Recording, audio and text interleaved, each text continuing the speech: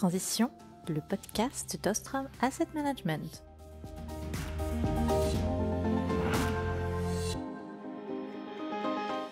Bonjour à tous et bienvenue dans un nouvel épisode de Transition, le podcast d'Ostrom Asset Management dédié aux enjeux de l'investissement responsable. Dans un monde où tous nos repères semblent remis en cause, l'investissement en actions soulève plus que jamais de profondes interrogations. Contexte géopolitique instable, redistribution des cartes économiques, pression environnementale et migratoire, transition multiple à l'œuvre, perception accrue du risque par les ménages, les facteurs d'incertitude s'accumulent.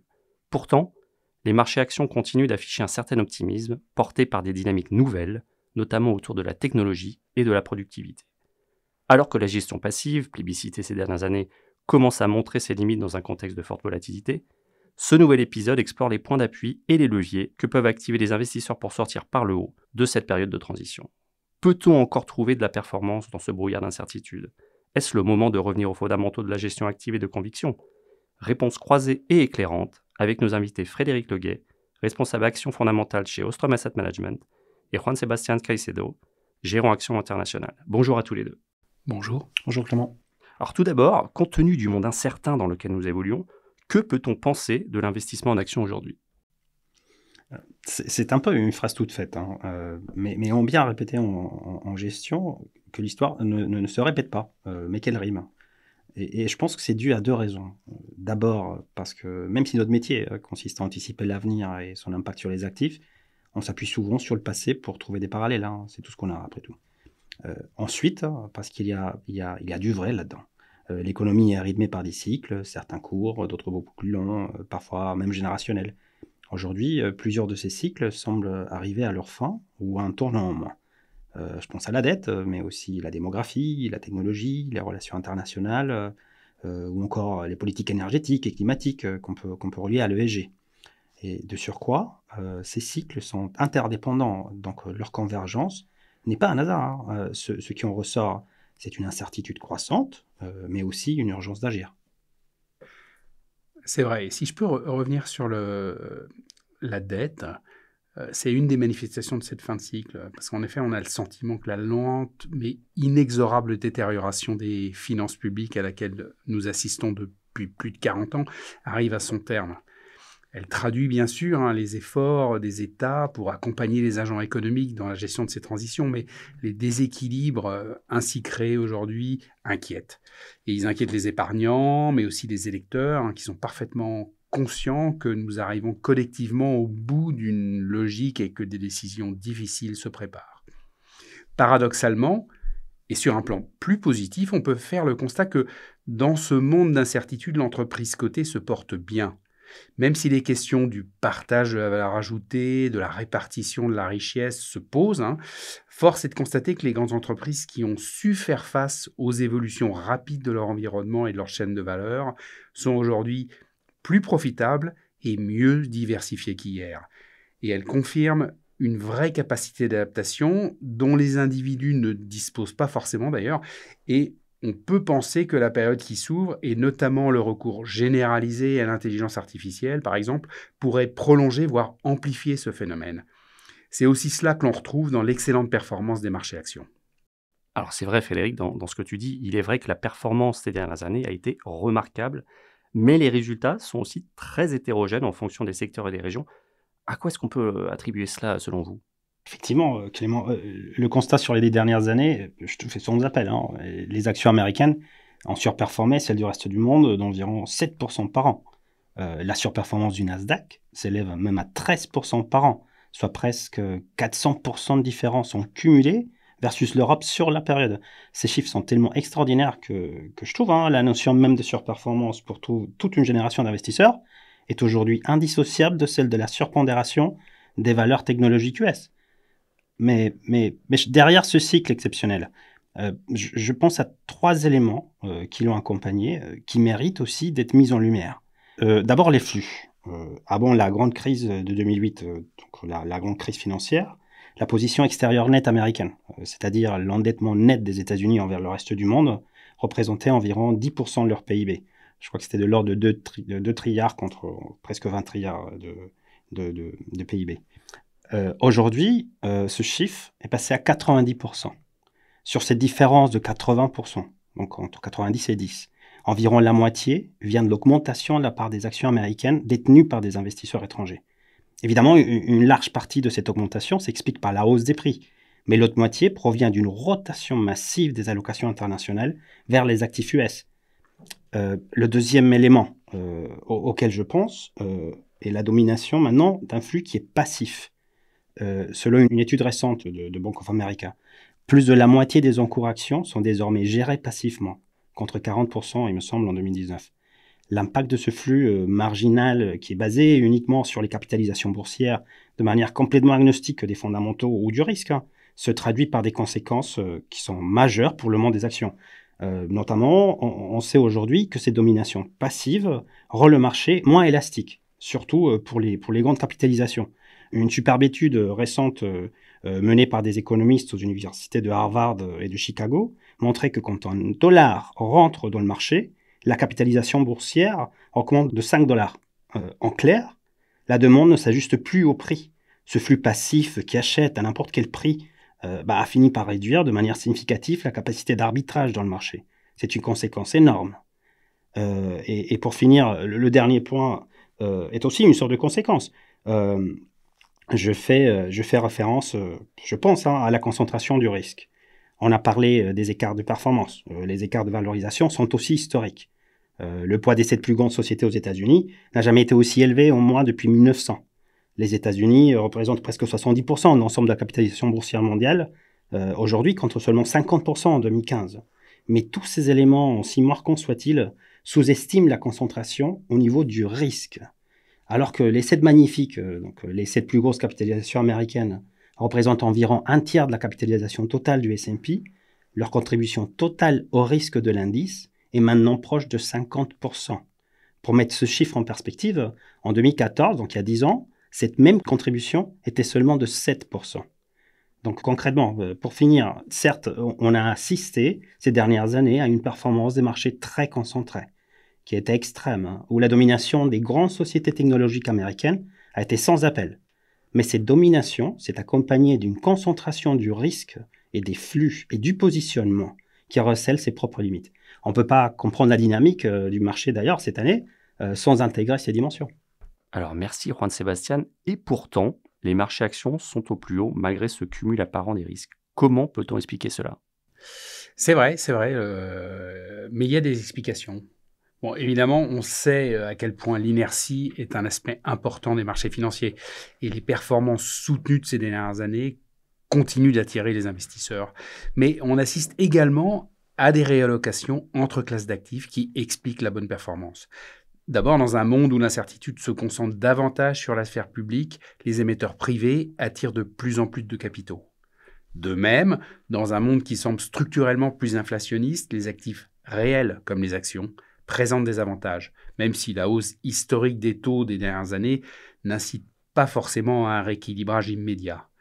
Enfin, et pour regarder plus proche de nous, alors que le monde prend brutalement conscience de l'évolution profonde du rôle des États-Unis dans le fonctionnement de l'économie globale, les investisseurs qui n'avaient jusqu'à récemment Dieu que pour l'exceptionnalisme américain, ce dont vient de parler Juan Sébastien, sont maintenant à la recherche d'une meilleure diversification de leurs actifs, et l'Europe, qui représente la moitié des marchés actions en dehors de ceux des États-Unis, apparaît comme une destination naturelle pour ces réallocations, et ce, d'autant plus que les grandes et moyennes capitalisations européennes se traitent à un niveau historique de décote de l'ordre de 40% aujourd'hui. Mais on doit également évoquer, pour rester sur l'Europe, les évolutions favorables, perceptibles depuis plusieurs mois sur le vieux continent. Ainsi, on assiste en Europe, je crois, à un changement d'état d'esprit. Le rapport Draghi, unanimement salué, qui devient graduellement la nouvelle feuille de route de la nouvelle Commission, la remise en cause de la doxa budgétaire en Allemagne en sont des manifestations, je crois. De même, la Banque centrale européenne, qui s'est clairement mise en soutien de l'économie dès que les chiffres de l'inflation l'y ont autorisé. En Chine, dont les difficultés économiques depuis 2 ans ont été durement ressenties en Europe, on note une volonté plus marquée de soutenir la croissance face aux tarifs douaniers américains et notamment de stimuler la consommation domestique. Toutes ces perspectives favorables, auxquelles il faut probablement ajouter les réformes en cours, celles des marchés de capitaux, de l'épargne, de la titrisation, mais aussi une tendance à l'assouplissement des règles de concurrence ou l'adoption généralisée des fonctionnalités à base d'intelligence artificielle, pour citer d'autres exemples, qui est une source de productivité et de croissance pour l'Europe et qui sont de nature, tous ces éléments, à servir de fondation à un marché haussier pour les mois à venir et sont clairement bien reçus par les marchés actions. Mais alors, si on se base sur ce que vous nous dites tous les deux, quelle posture est-ce que l'investisseur doit adopter dans les marchés actuels? Comment est-ce qu'il peut réaliser ces rééquilibrages tout en faisant attention aux risques sous-jacents? Depuis un an, j'insiste, au moins j'essaye d'insister sur un point. La meilleure approche aujourd'hui, c'est de raisonner en termes relatifs, pas directionnels. Oublions les prévisions de fin d'année type CAC à 8000 ou dollar à 1,15. Ces exercices sont souvent inutiles, déjà, de base. Sauf qu'aujourd'hui, ils sont peut-être même préjudiciables, car ils masquent les dislocations qui caractérisent les marchés. Du coup, dans une approche ajustée du risque, les opportunités relatives sont attractives, notamment en Europe et en Asie face aux États-Unis. Par exemple, pour des rimes de croissance estimées comparables, une société en Europe se négocie à des valorisations bien plus raisonnables que ses homologues américaines qui affichent des primes historiques. Cette analyse relative est aussi intéressante sur un plan macro. L'économie américaine, elle tourne déjà en surcapacité, ce qui limite les marges de manœuvre fiscales ou monétaires. Les tarifs douaniers, s'ils sont appliqués, pourraient certes freiner la croissance mondiale, mais le risque est aussi inflationniste aux États-Unis. Donc il y a une relation asymétrique. En Europe ou en Asie, ou dans plusieurs pays émergents, les économies ont plus de flexibilité aujourd'hui. Et pour finir, je voudrais aussi revenir sur la concentration de risque. C'est un peu mon dada. Les écarts de valorisation entre les segments plus spéculatifs et les moins volatiles sont à des niveaux records sur 30 ans. Donc être prudent, ça peut sembler paradoxal, mais peut être réellement attractif aujourd'hui. Au sein des petites et moyennes capitalisations, souvent délaissées au profit des méga caps ces 10 dernières années, on trouve des opportunités sous-valorisées. De même, les indices équipondérés, c'est-à-dire des indices où toutes les entreprises ont le même poids par rapport aux indices traditionnels pondérés par la taille, permettent une meilleure diversification, surtout aux États-Unis ou dans les indices globaux, où la concentration fausse le jeu. Si je peux rajouter quelques éléments sur l'Europe et sans revenir sur les perspectives à moyen terme qui pour moi restent favorables, j'ajouterais qu'à court terme, avant même d'évoquer l'incertitude du contexte géopolitique actuel et ses possibles conséquences, par exemple sur le prix du baril, après un mouvement de hausse d'environ 15% des marchés européens, essentiellement généré par une baisse de l'aversion par le risque et non par une réelle amélioration des fondamentaux, je partage l'avis de Juan Sebastián qu'une certaine prudence doit être de mise en fait aujourd'hui.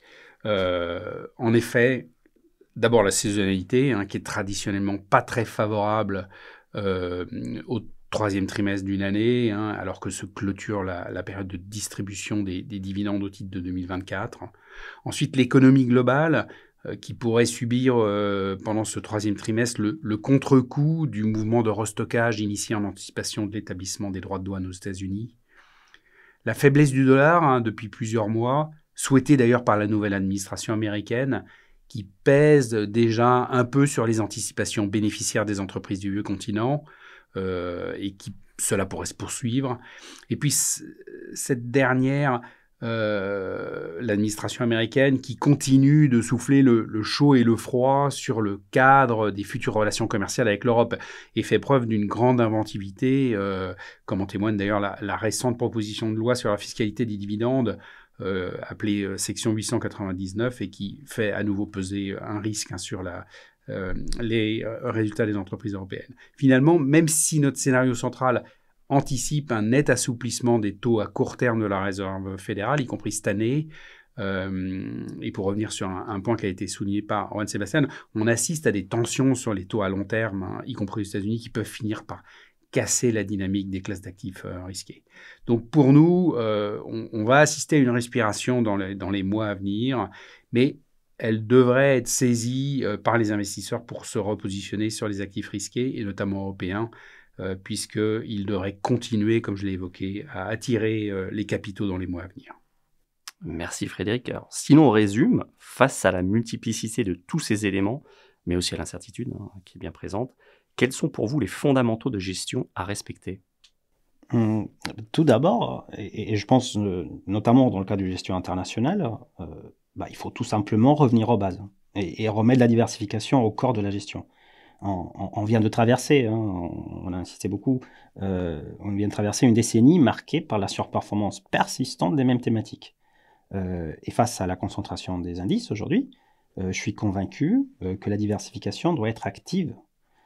Ce principe s'applique aussi à d'autres classes d'actifs. Les 30 dernières années ont été rythmées par la corrélation négative entre les actions et les obligations. Dans un monde moins globalisé, où le risque inflationniste refait surface, repenser les choix de diversification devient plus complexe, mais essentiel. Mais je souhaite aller un peu plus loin. Je pense aussi à l'importance du rôle que nous devons avoir en tant qu'investisseurs. Il y a un paradoxe encore aujourd'hui sur le marché. Vouloir s'exposer passivement semble rationnel, mais cette domination du passif a fini par fragiliser le système. L'efficience du marché, après tout, résulte de l'agrégation des vues de tous les investisseurs. Or, si la majorité se contente de suivre la vue des autres, on peut se poser la question si cet équilibre ne s'effondre pas. Je pense qu'on ne souligne pas assez l'importance d'être actif dans ses choix. Warren Buffett, probablement le plus gros investisseur de tous les temps, mais au moins très certainement celui dont on retiendra les meilleures citations. J'ai écouté un podcast récemment et j'ai entendu une qui résume bien cette idée. Le rôle d'un investisseur consiste à rester prudent quand les autres ne le sont pas. Cette phrase, pour moi, elle met en avant deux idées. D'abord, l'importance de savoir gérer son risque, mais surtout l'importance de rester acteur de ses décisions. La robustesse du marché dépend de cette responsabilité collective. Oui, je suis d'accord avec tout ça. Et si je voulais rajouter quelque chose aussi, et je crois d'ailleurs que c'est la suite de la citation de Warren Buffett qu'Oran Sébastien vient de mentionner. Il mentionnait également, alors je ne me rappelle plus exactement des mots qu'il utilisait, mais c'était de dire également qu'il fallait être ambitieux et positif quand tout le monde était très prudent. Et donc j'ajouterais que toutes les interrogations qu'on peut avoir sur la fin de l'hégémonie américaine, les différentes transitions qui semblent vouloir y mettre un terme d'ailleurs, sont également autant d'opportunités pour les grandes entreprises globales dont l'Europe est si riche.